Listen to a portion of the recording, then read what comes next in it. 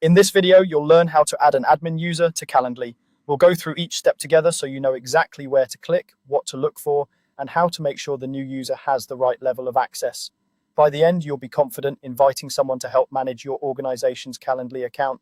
First, make sure you're signed in to your Calendly account in a web browser. Once you're logged in, look toward the top right corner of your screen. You should see your account icon there. This might be your initials, a profile image, or a generic user icon, depending on how your account is set up. Go ahead and click on that account icon to open a drop-down menu with more options.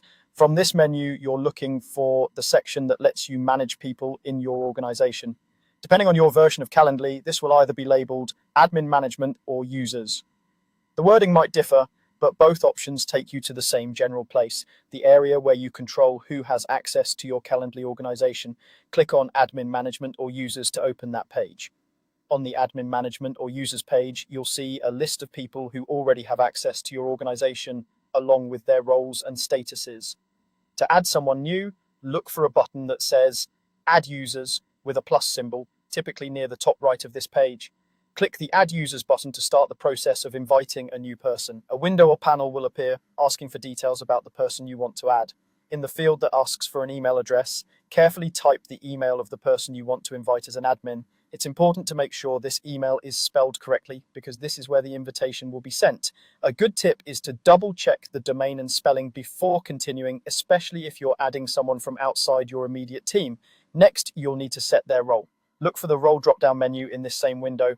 Click the drop-down and you'll see a list of available roles such as user, admin, or other role types depending on your plan. From this list, select admin. Choosing the admin role gives this person higher level permissions, like managing users, changing organization settings, and overseeing integrations. Only assign this role to people you trust to help manage your Calendly setup, since admins typically have more control than standard users. Once the role is set to admin and you've confirmed the email address is correct, you're ready to send the invitation. At the bottom of the window, you'll see a button labeled either Add or Send Invite, depending on your interface. Click this button to finalize the request.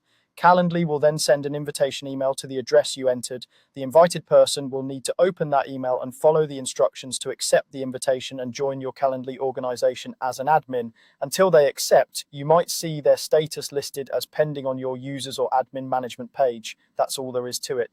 I'll show you the easiest way to add an admin user to Calendly.